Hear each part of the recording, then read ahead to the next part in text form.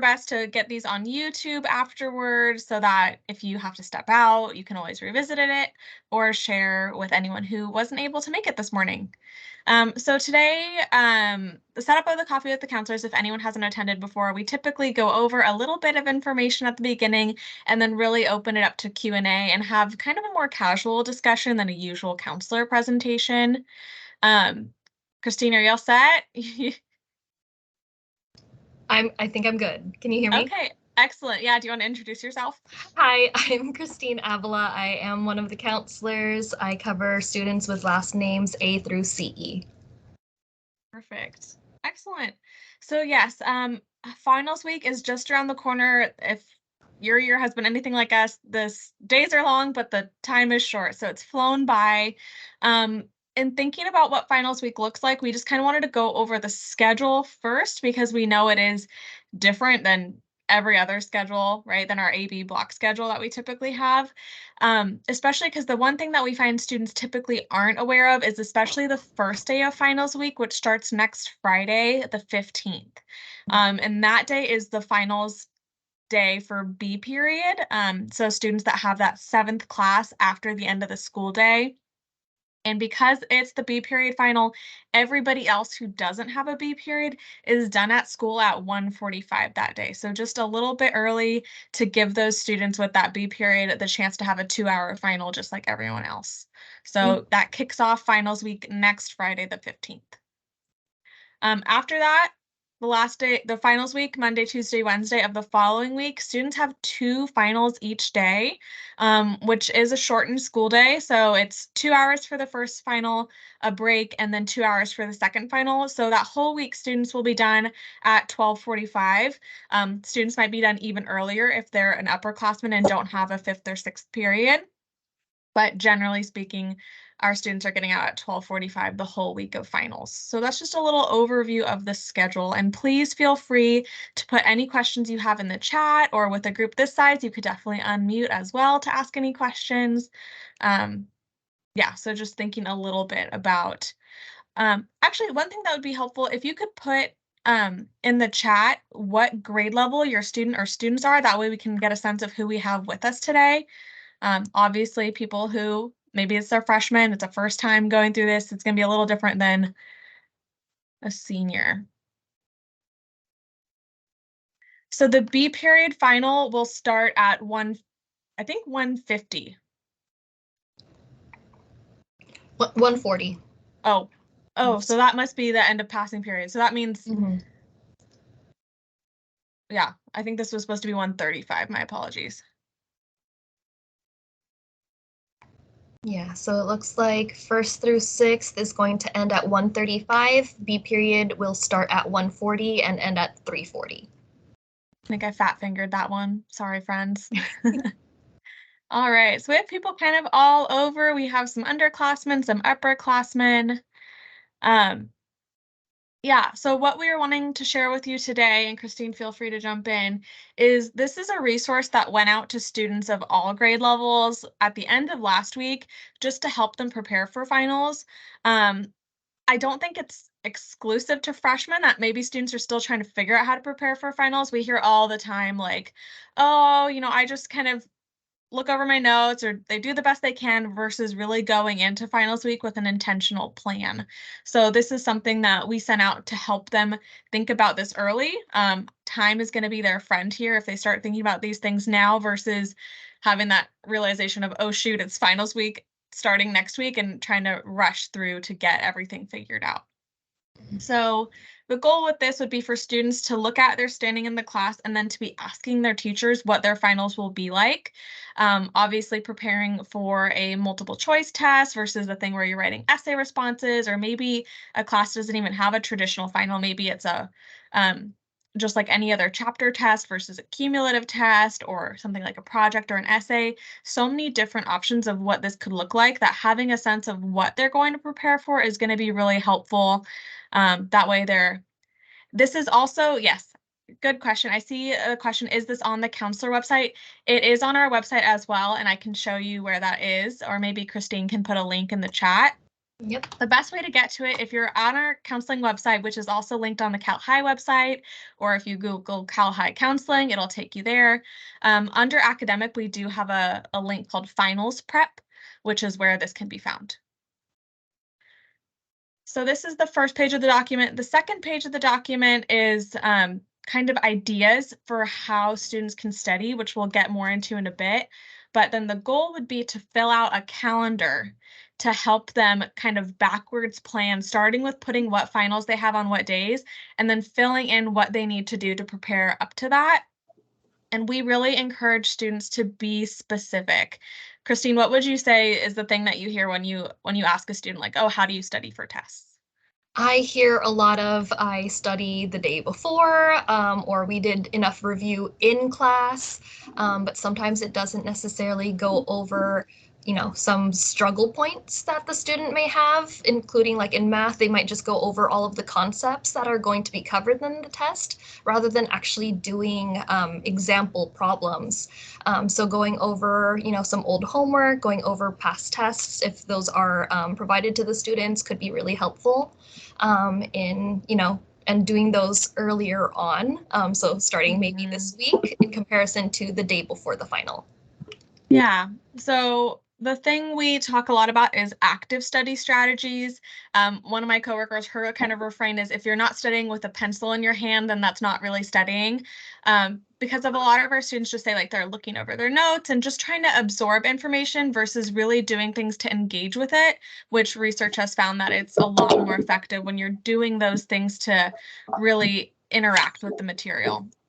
So we have a lot of examples of this on our website. There's a whole, and it's also linked in. Oh, Miss Avila is so on it. I don't know why I'm saying Avila. She's Christine. We're all adults here. There's 2 pages of information about how to study better. We tell your students all the time that their time is so valuable, and to use it to their best, they need to do things that are more effective versus just spending more time doing the same thing that maybe isn't working as well. So examples I give students a lot is like, instead of just looking over the notes, right? Even if they're not allowed to use a note card on their exam, act like they are, synthesize all that information and put those key points that they think are going to happen onto a note card. Maybe that looks like writing example problems, right? What questions do you think a teacher is going to ask? Write up what problems you think or questions you're going to see on the test and answer those for yourself. Right? Really doing things to be more involved with it. I also think that to make it a little more fun, students can have study groups with their peers and trying to teach each other things, make this a social activity, right? Studying in isolation. I know for me, when I was in college, it was so much more fun when I was able to study with a peer and be able to ask them questions versus trying to figure things out on my own. Is Toby stuff dry? Can you take it out and put it in the white basket that's in the... Sorry, if you're asking a question, I'm having trouble hearing you. Or maybe that's just... Put Toby's things in here. And then put your damp clothes in. I don't think I'm able to mute. I can. There we go. Okay. All right. We do have a question in the chat. Did we want to pause for that, or do we want to hold those to the end? No, we can take. I also want to point out, though, we have some resources on campus. The other thing that's really important about this calendar and study plan is inevitably, right, your students are going to come across questions that they don't know the answer to, things that they're going to get stuck on. And if they're waiting until, the last week of school or even next week to study, they might not see their teacher again before their final. So studying early gives them a chance to take these points of confusion to their teacher and be able to get more help. We also do have learning labs and peer tutors available. And that's not just now, it's throughout the semester. So maybe that's something, if your students haven't explored, they could use for next semester as well to be able to get extra support. We always just say, like, don't struggle in silence, right? You have to reach out for help. We can't necessarily tell what you're needing. So your students really need to help us by telling us and their teachers what would be helpful to them. Yeah, hi Kelly, this is Anu. Those are all very good points. Like, will the students be informed of those, of that approach of studying? Because when parents tell, they may not, Yeah. That's a great question. So this did go out to their emails, and oftentimes teachers do talk about studying for their class, right? Like teachers might be giving them a review guide for finals, or but some of it is self-directed, right? Just what I was saying. We don't know what the struggle is unless people say. So a student can absolutely go up to a teacher and say, "Hey, like I'm having a little trouble with this. How do you recommend I prepare?" But it's not that every teacher is necessarily going to be going over this information with their students. Mhm. Okay. But they're informed through email, right? Yes. Yeah, okay. So Thank we you. had sent out the finals prep link, and in those sheets, it also has the link to the study strategies. So they do have all of this information. Okay, great. Thank you. There was another question regarding if a class has 2 semesters, fall semester has an A-, and the next spring semester has an A. What is the final grade for the class? The semester grades are our final grades, so there's not like a cumulative like final grade after the fact. There is the fall semester grade and the spring semester grade, and both of those go onto the students' transcripts. Yeah, good question.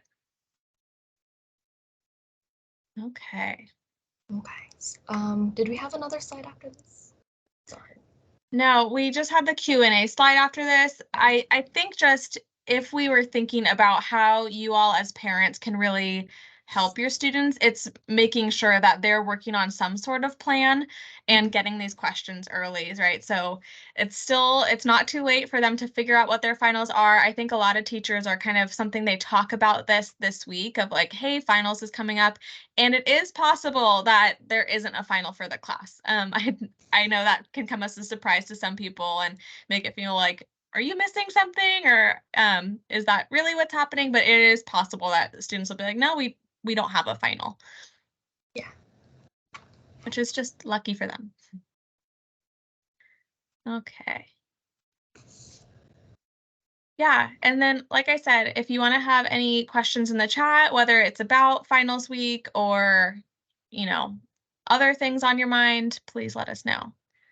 Oh, one other thing I will throw out is that our wellness center, in the front office, Ms. Goldenberg is the social worker who coordinates that. She is putting together a couple different resources to help students prep for finals. One thing specifically is a test anxiety group. If that's something that you feel like your student really struggles with, you could reach out to their counselor and we could talk to your student and then submit a referral if we think that would be appropriate. I'm going to try and go through some of the ones related to this before we jump around to different topics. Sounds A good. study group for students specifically with ADHD. Not to my knowledge necessarily. If a student has an IEP, then in their academic studies resource class, there will likely be a lot of talk around finals and getting ready. But I don't know of a specific study group for ADHD students. And then some specific.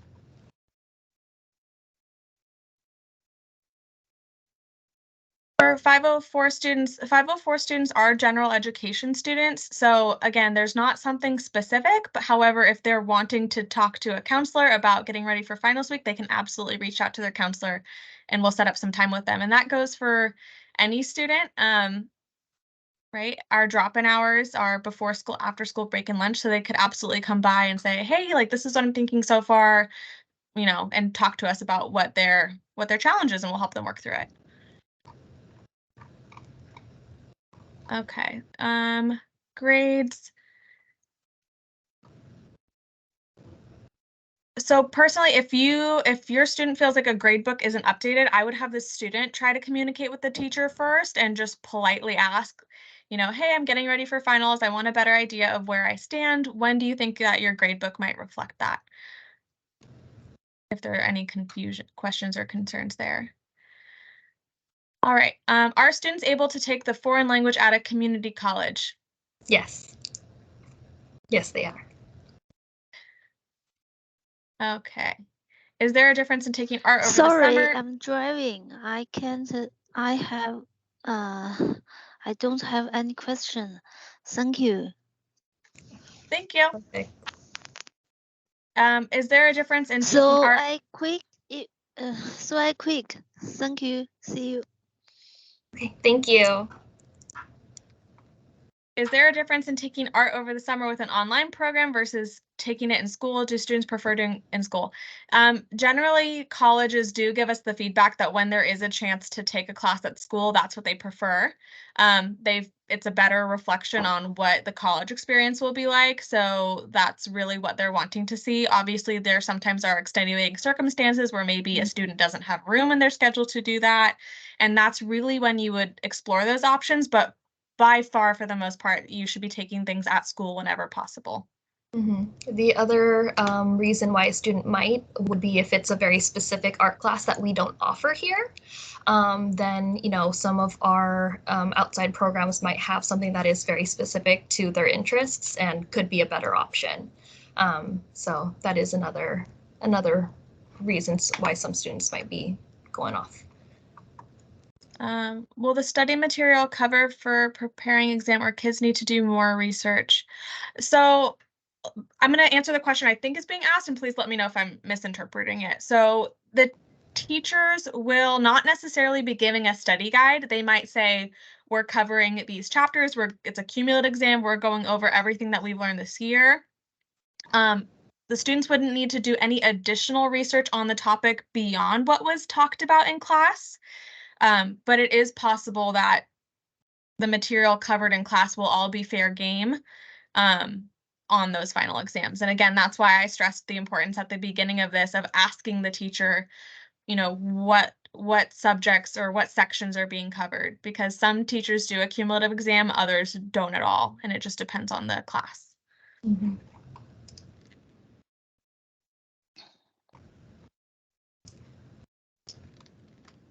Of course, happy to help. And I think we do have a couple new people that have joined us since I submitted the links for our finals prep and study strategies. So I'm gonna add those to the chat again for those folks.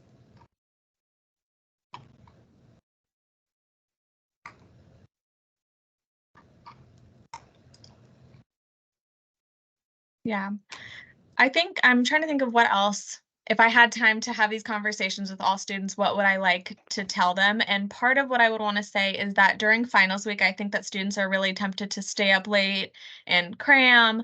And that's just not the best way to go about this, right? That sleep is so important for brains to like synthesize and remember information.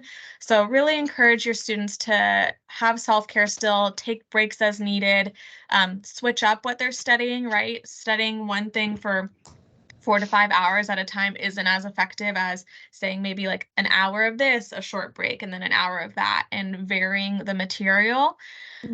So just helping your student practice those healthy habits and make sure they're still getting enough sleep and taking a little downtime too, because that downtime it's like it's a workout. Just working out for longer is not effective. You need time for your muscles to recover. It's no different for your brain.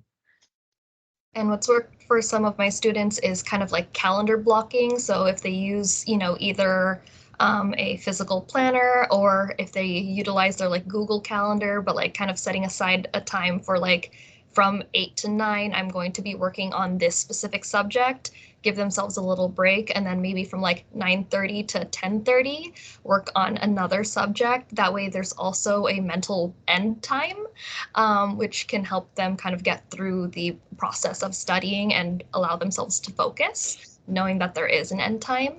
And then also making sure that they are, you know, they have a lot of resources available to them on Schoology. A lot of their teachers have a lot of their material on there. So whether it's going to be some of the PowerPoint slides, any worksheets that they've used, any of the materials they've submitted, they do have access to a lot of that material. So remembering to utilize the resources that they do have on hand. Oh, I see that the finals prep document requires a district account. I can go ahead and change the permissions for that after we get off this call. Thanks for letting me know. When can we expect replies to emails sent to counselors? I would say our turnaround tends to be within 2 school days. If you haven't gotten a reply before then, I would just send a polite follow-up email. We do get quite a few messages in our inbox, so we are human and try our best not to miss anything, but yeah. And then thoughts on Hey, taking can I ask a question? Yeah. Yes, I was wondering, is for A plus, A and A minus, is that the same GPA when college consider the, when they calculate the GPA during the Pluses- admission process? For us, pluses and minuses don't impact GPA, and generally speaking, that's what colleges do as well. I can't say with absolute certainty that it's no different at every single college, right? There's so many out there. But like UC, CSU, they do not factor in pluses or minuses either. Oh, okay, okay. And another question is, if we take a class in summer, like after 9th grade, right? So it's the next year, 2024 summer, would that be considered a GPA for UC? Because I know UC don't consider 9th grade GPA, only 10th grade and 11th grade and 12th grade. So if you take a class in summer after 9th grade, does that, would they consider that GPA? I would want to fact check myself, but I'm like 95% confident that UC, CSU considers the summer after to be part of the next grade, in which case it would be considered part of that. Oh, okay. Okay. Yeah, they say Okay. like once you're done with 9th grade, then you're a 10th grader. So 9th grade would end in June of their 9th grade year. Oh, But okay. maybe- Then the summer, then we'll take into account that the classes you take in the summer. Okay, great. Thank you. Thanks. Thank you. Yeah. And then what are your thoughts on taking Spanish during the summer versus during the year? It's kind of a more nuanced question. I don't recommend classes for advancement, generally speaking. Typically, you found that in classes like that, students don't have enough time to build their learning to be able to be as successful in the next level had they taken the class in school. So that shows up particularly in world language and math, oftentimes in science, especially because summer classes don't necessarily have a lab component. So I would be cautious with that. If a student is not planning on taking the subsequent class at Cal High, it can certainly be different, but that goes back to what I was saying before about colleges really wanting students to take classes at their high school whenever they have the chance versus doing these online classes. Exactly. We have another question. Can you share a brief about the significant differences between a weighted and non-weighted GPA? There's a lot of info online and would help if you shared here. So generally speaking, we have both a non-weighted and a weighted GPA on our transcripts, but a lot of colleges factor GPAs differently. And so like the UCs and CSUs, for example, they have a specific GPA that they're only looking at the A through G courses. So they're not factoring in PE, they're not factoring health or any non A through G courses. So their weighted GPA at the UCs might be different from a out-of-state college that might be factoring in 9th grade, that might be factoring in PE and those types of things. So each school might be calculating that a little differently, whether it's weighted or non-weighted. Yeah, and weighted, for anyone who might not know, that factors in honors points, which students can earn in AP and honors classes. So instead of an A being worth 4 points, it would be worth 5. Instead of a B being worth 3, it's worth 4. D's and F's do not get weighted. Only successful completion gets weighted. So that's kind of the GPA 101, right? The things that you would need to know about that. I get that GPA feels like a really, really critical and important number. The thing I talk a lot about with students is that the colleges recalculate GPA. There are so many things that aren't captured within GPA and a holistic admissions process, right? A college admissions process that looks at various things. The GPA isn't the end all be all, right? I have students that sometimes will not want to take classes like leadership or even like our academic leadership, like our tutors, because it's not a weighted grade. And I think that is so backwards because colleges like to see that students are involved, and focusing too much on GPA can really be counterproductive. So really my advice for students is to obviously do the best you can and try and seek help when you need it, but not to get too caught up on what number their GPA is and a few points here and there from those types of things. So Aditi, I hope that answered your question.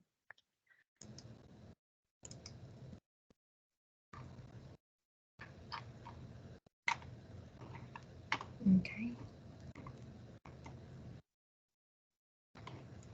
All right.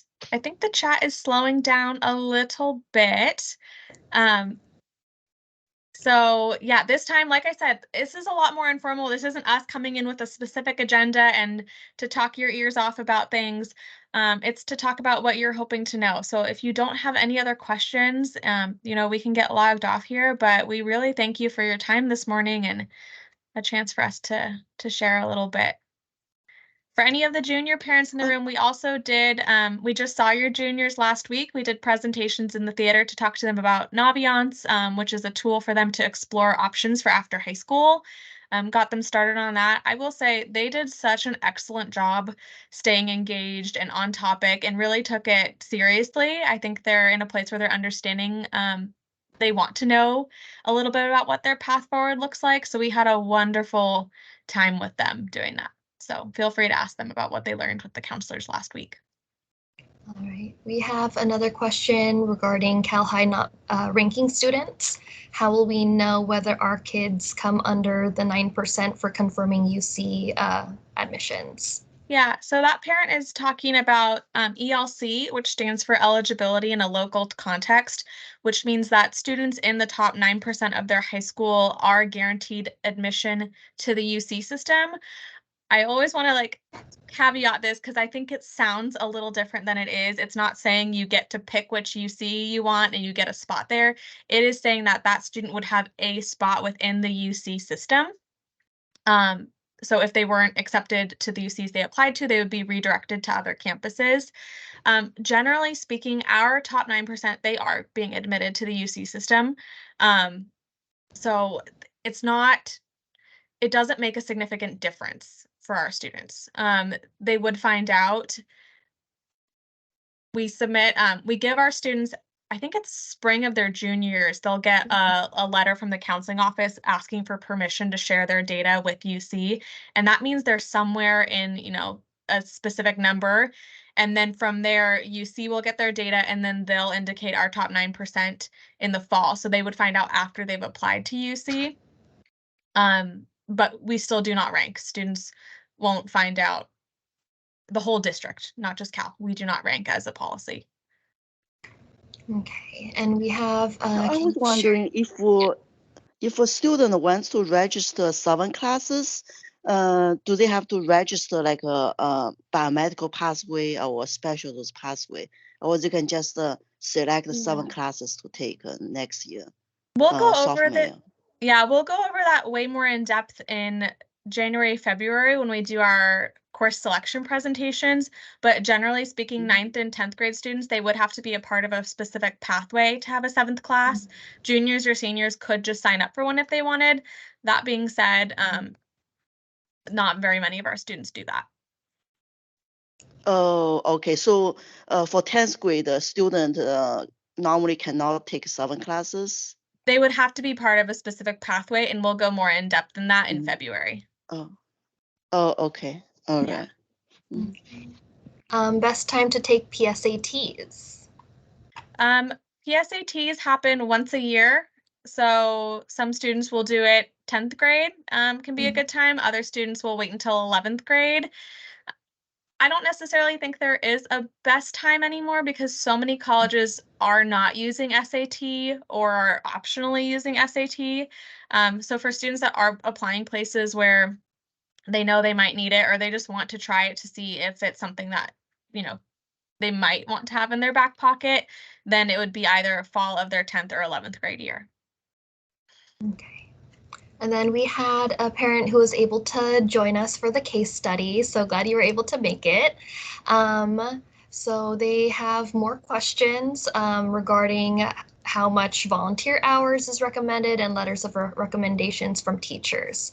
So that is really, really specific for your student and also for each of the schools. Not all of our colleges require letters of recommendation from teachers. So that is one of the factors, but volunteer hours is recommended. It's kind of just part of the application of what the students do outside of the classroom. And so while some students may be more interested in, doing volunteer work, we do have other students who are involved in other ways.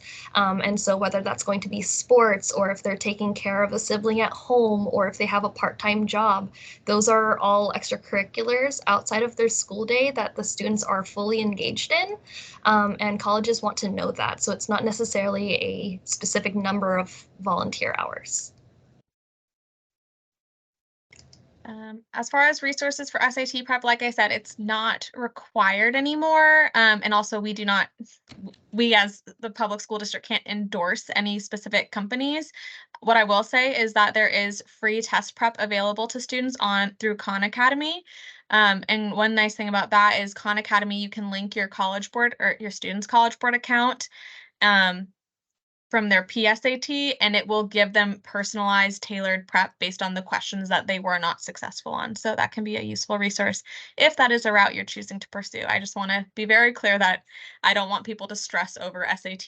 The landscape has changed. It's not a requirement anymore for including the UC and CSU schools. All right. Will the digital PSAT be conducted in the spring? We only do the PSAT is only done in the fall. Mm-hmm.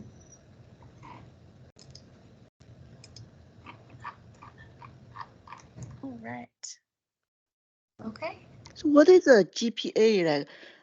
I know some Cal High students get into UC Berkeley.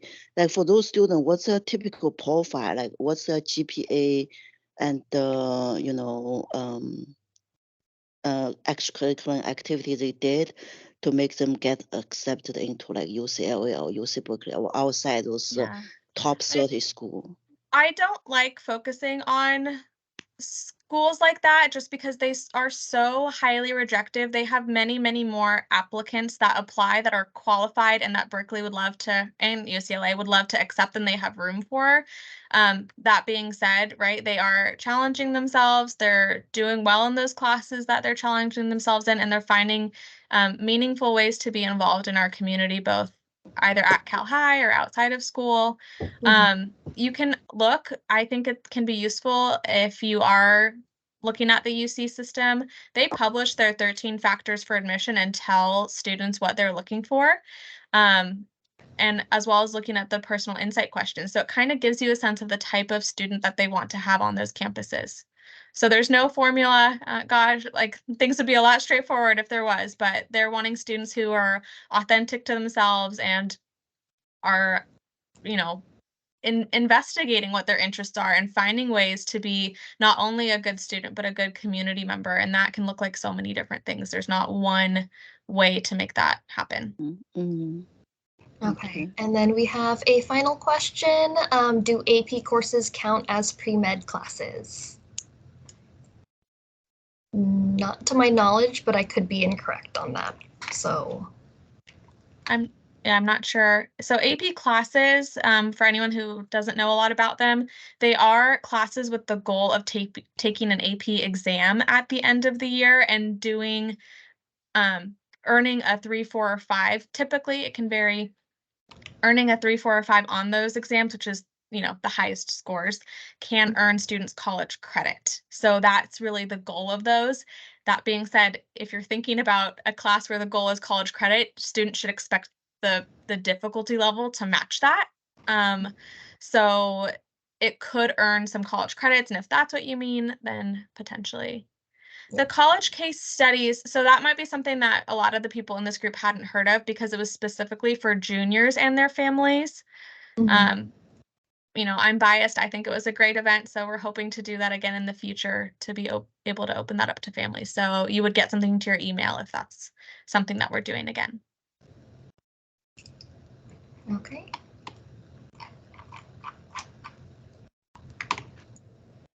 Alrighty, everyone. Well, we want to thank you so much for your time this morning and joining us. We wish you you and your family a wonderful holiday season, and we hope that your students have as relatively stress-free your finals week as they can. But please have them come see us if there's something that we can do to support. Our best parts of our day are talking to your kids, so we would love to have them in our offices. Absolutely. Alrighty. I'm going to go ahead and end the recording. Perfect.